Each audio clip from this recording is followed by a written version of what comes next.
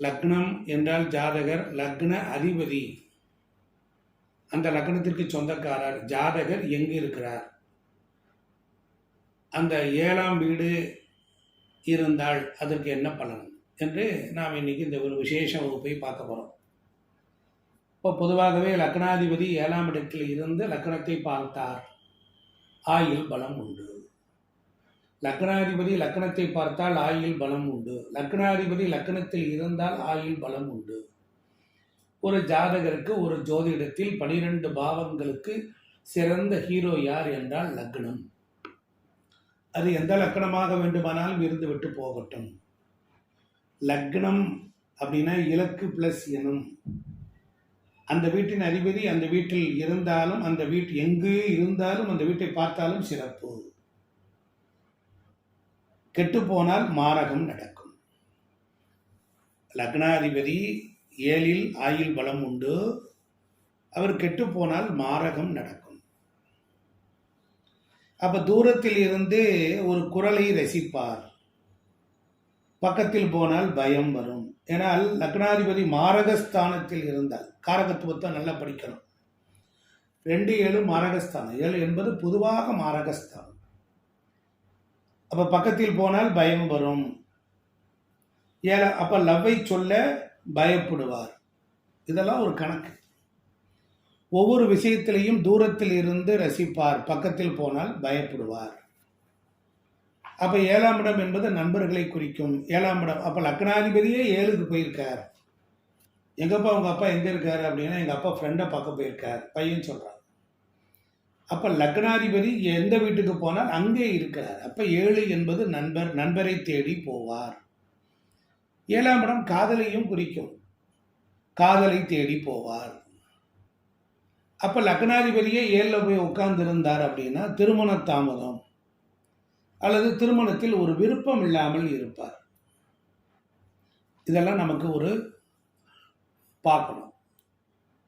அப்ப திருமணத்தில் ஒரு திருப்தியின்மை. அப்ப லக்னாதிபதி 7ல் இருந்தால் ஏதாவது ஒரு குறை சொல்லிக்கொண்டே இருப்பார்.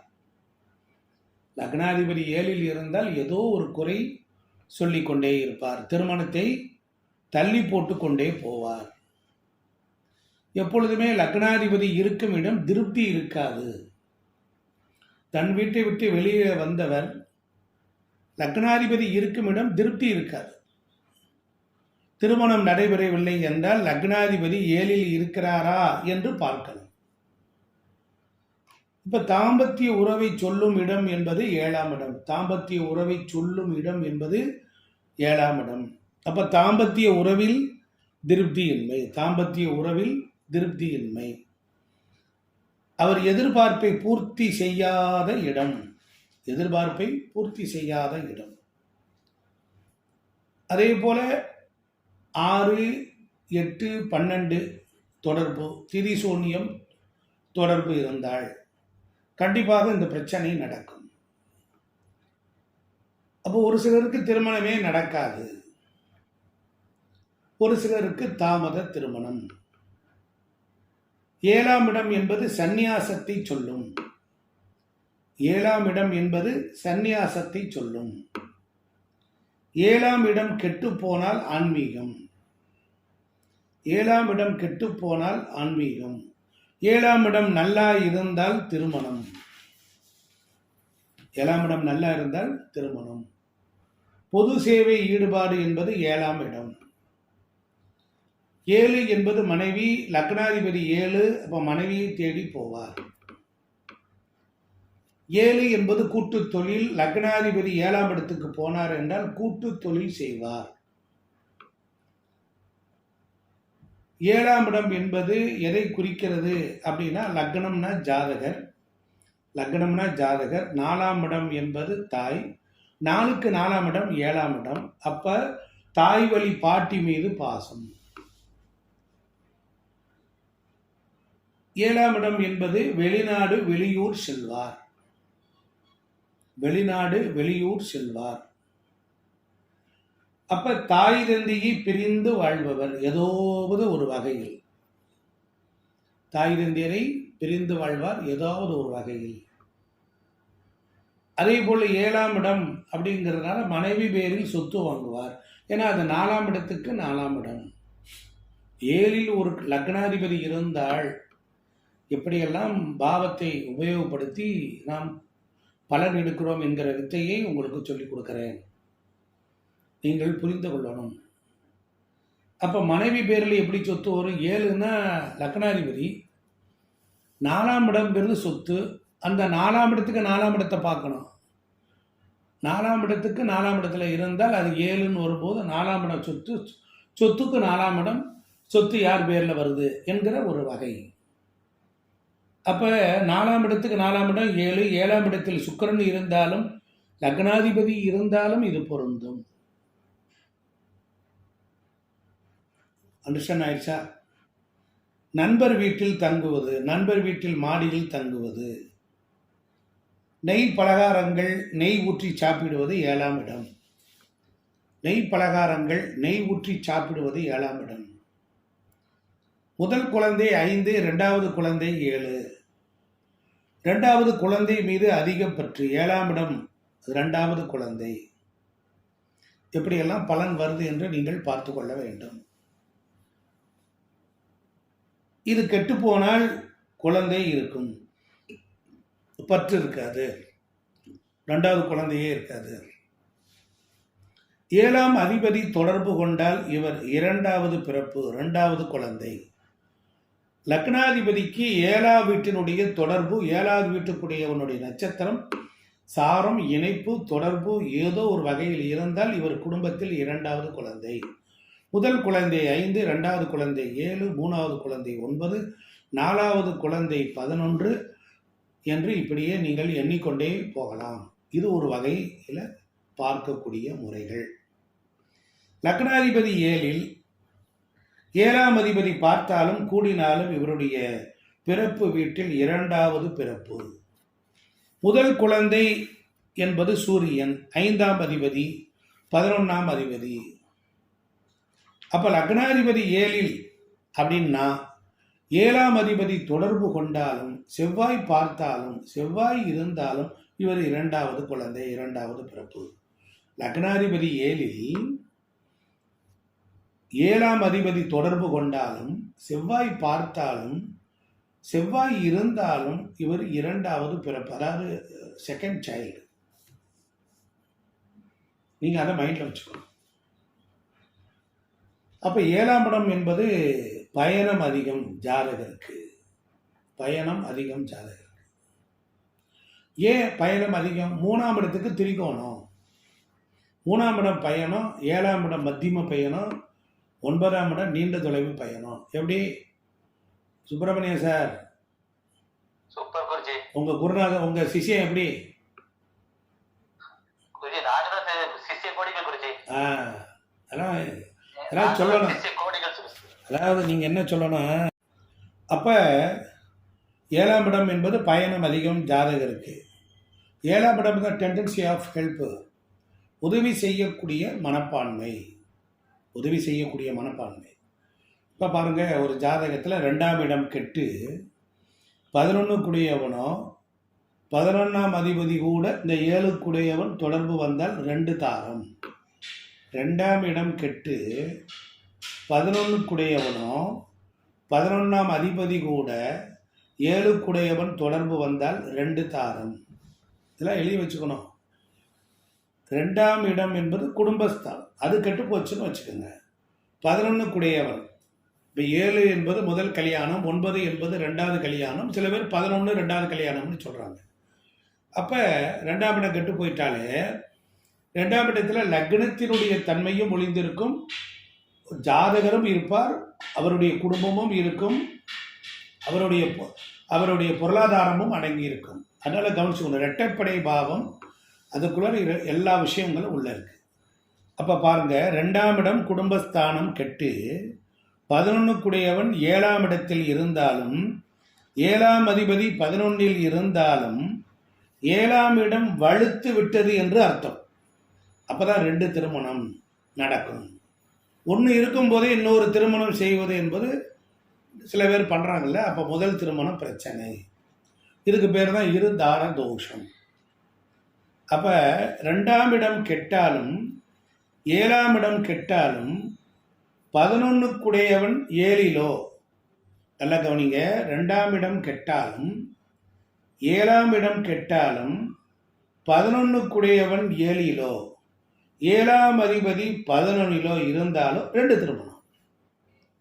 இதெல்லாம் நம்ம ரொம்ப தெளிவாக அந்த விதியை புரிஞ்சிருச்சுன்னா நீங்கள் ஈஸியாக சொல்லிடலாம். 9ஆம் இடம் வலுத்தாலும் 2 திருமணம், 9ஆம் இடம் வலுத்தாலும் 2 தாரம். பராசரர் முறையில் 11ஆம் இடம், பராசரர் முறையில் 11ஆம் இடம். ஆமாம், 7ஆம் அதிபதி 11ஆம் அதிபதியோட தொடர்பு இருந்தால், 7ஆம் அதிபதி 11ஆம் அதிபதியோட தொடர்பு இருந்தால் 7ஆம் இடத்துக்கு தான் லாபம். அப்போ 2 திருமணம் என்பது நாம் கன்ஃபார்ம். அப்படி இல்லை, ஒரு திருமணம் தான் என்று சொன்னாலும் வெளியே தெரியாமல் ஏதாவது ஒன்று தொடர்பு இருக்கும். நீங்கள் வெளியில் தெரியாது. அப்போ பாருங்க, 2, 7 தொடர்பு மட்டும் இருந்தால் ஒரே திருமணம் இருக்கும். 11 9ஆம் இடம் தொடர்பு இல்லாமல் இருக்கணும், இருந்துச்சுன்னா ஒரே திருமணம் தான். பாருங்க. அப்புறம் பாருங்க, மனைவி மீது பாசம் இணைந்து வாழ தடை. தூரத்தில் இருந்தால் பாசம், பக்கத்தில் வந்தால் சண்டை. அப்ப திருமண சுகத்தில் அதிக ஈடுபாடு இருக்கும்.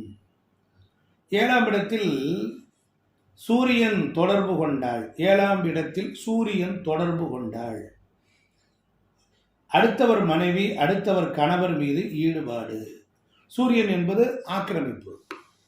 அப்ப 7ஆம் இடம் என்பது காம திரிகோணம், அடுத்தவர் மீது ஈர்ப்பு இருந்து கொண்டே இருக்கும். 1. சூரியன் என்பது வளர்ச்சி, 7ஆம் இடம் திருமண வளர்ச்சியும் குறிக்கும். நல்லா கவனிக்கணும். ஒன்றை விட இன்னொன்று பெஸ்டாக தேடுவார்கள். அதே போல இந்த திரி சூனியம் சம்பந்தப்பட்டால் 100% அதுவும் வேலை செய்யும். அப்புறம் பாருங்க, யூரினரி கிட்னி பிரச்சனை வரும், யூரினரி கிட்னி பிரச்சனை வரும். அப்புறம் மத்தியம வயதுக்கு மேல் தான் வளர்ச்சி இருக்கும். 7ஆம் லக்னாதிபதி 7ல் போய் இருந்தால் மத்தியம வயதுக்கு பிறகு தான் வளர்ச்சி இருக்கும் ஜாதகருக்கு. அப்புறம் 7ஆம் இடம் என்பது வெளிநாட்டையும் குறிக்கக்கூடியது, வெளிநாடு செல்வார். ஆமாம். அப்போ 7ஆம் இடத்துக்கு பாருங்க, 6, 8, 12 தொடர்பு வந்தால் கூட்டு தொழில் செய்யக்கூடாது. நல்லா நோட் பண்ணிக்கணும். நான் கூட்டு தொழில் செய்யலாமா அப்படின்னு கேட்டால் 7ஆம் இடத்துக்கு 6, 8, 12 ஏதாவது 7ஆம் வீட்டின் அதிபதி 6ஓடவே, 7ஆம் வீட்டின் அதிபதி 6லேயோ, 7ஆம் வீட்டின் அதிபதி 8லேயோ, 7ஆம் வீட்டின் அதிபதி 12லேயோ இருந்தால் இந்த மாதிரி தொடர்பு வரக்கூடாது. நட்சத்திர சாரமோ இது மாதிரிலாம் வரக்கூடாது. அந்த இதெல்லாம் கூட்டு தொழில் வந்தால் நட்டம் செய்யக்கூடாது. கடன், எதிரி, கருத்து வேறுபாடு, வம்பு வழக்கு, விரயங்கள் எல்லாம் வந்துடும். இதெல்லாம் நம்ம கவனமாக பார்க்கணும். அப்போ திருமண சுகத்தில் கேடுன்னு வந்தால் என்ன அர்த்தம்? 7ஆம் இடத்துக்கு 6, 8, 12 சம்பந்தம் வந்தால் அவங்க தான் சண்டை போட்டுக்கிட்டு கணவன் மனைவிகளை பிரச்சனை ஆகிக்கிட்டு பிரிஞ்சு வாழ்கிறது, சண்டை வர்றது. ஆமாம். அப்போ 7ஆம் இடத்துக்கு 6, 8, 12 கூடிய கிரகங்கள் அந்த வீட்டு அதிபதி. கவனிங்க எல்லாரும், 7ஆம் இடத்துக்கு 6ஆம் இடம் மார்க் பண்ணுங்க, 8ஆம் இடம் மார்க் பண்ணுங்க, 12ஆம் இடம் பாருங்க. அந்த வீட்டில் எந்த கிரகம் இருக்கோ அந்த காரக உறவு திருமணத்திற்கு பிறகு அது உங்களுக்கு எதிர்ப்பாக வரும். புரியுதுங்களா? மாமியார்னால பிரச்சனை, நாத்தார்னால பிரச்சனை, பக்கத்து வீட்டுக்காரனால பிரச்சனை அப்படின்னு வர்றதெல்லாம் இந்த கணக்கு தான். இப்போ திருமணத்தில் பிரச்சனை இல்லை, திருமணமே ஆக மாட்டேங்குது பல பேருக்கு. திருமணம் ஆகி முதல்ல திருமணத்தை பண்ண விட்டுட்டு அதுக்கப்புறமேல் சண்டை வந்துக்கிட்டே இருக்கும். அப்போ 7ஆம் இடம் என்பது ஒரு சுபஸ்தானம் தான். அந்த இடத்தில் அசுபஸ்தானங்கள் சம்பந்தப்பட்டால், 7ஆம் இடம் என்பது ஒரு சுபஸ்தானம், அந்த இடத்தில் 7ஆம் அசுபஸ்தானங்கள் சம்பந்தப்பட்டால் மனைவி சண்டைக்காரியாக இருப்பாள், மனைவி செலவாளியாக இருப்பாள். புரியுதுங்களா? இதெல்லாம் நம்ம வாழ்க்கையில் தெரிஞ்சுக்கணும். அப்போ 7ஆம் இடம் என்பது சுபஸ்தானம்னு சொல்லிட்டேன். அது அசுபஸ்தானங்கள், அசுபம்னா என்ன இருக்கும்? லக்கணத்திற்கு 6, 8, 12, லக்கணத்திற்கு 6, 8, 12 கூடியவன், 7ஆம் இடத்துக்கு 6, 8, 12 கூடியவன், 7ஆம் இடத்துக்கு திதி சூனியாதிபதிகள், இப்படி எல்லாமே வந்து ஏதோ ஒரு வகையில ஜாதகரையும் வெளி உலகத்திலே உள்ளவர்களுடைய ஒரு டிஸ்டர்ப் பண்ணும். அப்ப மனைவி சண்டைக்காரியா இருப்பாள், செலவாளியா இருப்பாள். 7ஆம் அதிபதி 12ல் இருந்தாலும் பாருங்க, 7ஆம் இடம் 12ல பேர் இருந்தா 12 என்பது 7ஆம் இடம் மனைவி 12 அப்படிங்கும்போது என்ன ஆகும்? செலவழிக்கக்கூடிய மனைவியா இருப்பா. அதே மாதிரி 6ஆம் அதிபதி சம்பந்தப்பட்டால் முதல் திருமணம் தடை, திருமணம் பாதியில் நின்றுவிடும், முதல்ல கட்டாயிடும். இப்படி ஆன்மீக பாவம் அப்படின்னா 5, 7, 9, 10, 12. ஆன்மீக பாவம் என்பது 5, 7, 9, 10, 12 இதெல்லாம் ஆன்மீக பாவம். 5ஆம் இடம் என்பது கோவில். 7ஆம் இடம் கெட்டு போனால் மாறிவிடும். 10ஆம் இடம் என்பது கோவில் சன்னியாசி. 12ஆம் இடமும் சன்னியாசி. 9ஆம் இடமும் கோவில். 5, 7, 9, 10, 12 5ஆம் இடம் கோவில். 7ஆம் இடம் கெட்டு போனால் மாறிவிடும். 10ஆம் இடம் என்பது கோவில் சன்னியாசி. 12ஆம் இடம் சன்னியாசி. 9ஆம் இடம் கோவில். இந்த 5 பாவத்தில் 3 பாவங்கள் 7ஆம் இடத்துடன் தொடர்பு கொண்டால் திருமண வாழ்க்கையை சன்னியாசி வாழ்க்கை மாதிரி தான் இருக்கும்.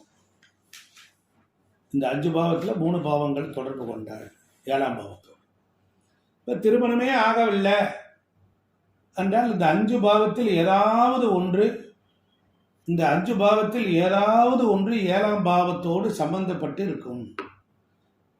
திருமண சுகத்தை தேடுவார், ஆனால் சன்னியாசியாக இருப்பார்.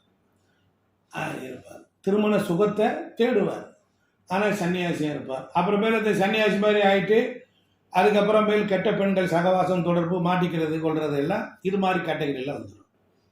இப்போ சில பேருக்கு திருமணம் ஆனவுடன் விவாகரத்து ஆவது 7ஆம் இடம் சுத்தமாக இருக்கணும். இதெல்லாம் ரொம்ப கவனிக்கணும். அப்போ பெண்ணுக்கு 7ஆம் இடம் சுத்தமாக இருக்கணும், இல்லை என்றால் ஆண் வேறு பெண்களை தேடி போய் விடுவார். அப்போ பாருங்க, இன்னொரு விஷயம் எழுதிக்கங்க. 5, 7, 9, 10, 12 5, 7, 9, 10, 12 இதில் லக்னாதிபதியுடன் கேது சம்பந்தம். அப்போ சாமியாடுவார். கேது வரக்கூடாது, அது சன்னியாசி ஆகிடும். லக்னாதிபதி பிளஸ் கேது 7ஆம் இடத்தில் சம்பந்தப்பட்டு உட்கார்ந்தாலும் இவர் சாமியாரா போற ஜாதகம். அப்போ நான் ஏற்கனவே சொன்ன போல 5, 7, 9, 10, 12 ஆன்மீக பாவங்கள். புரிஞ்சிருச்சா?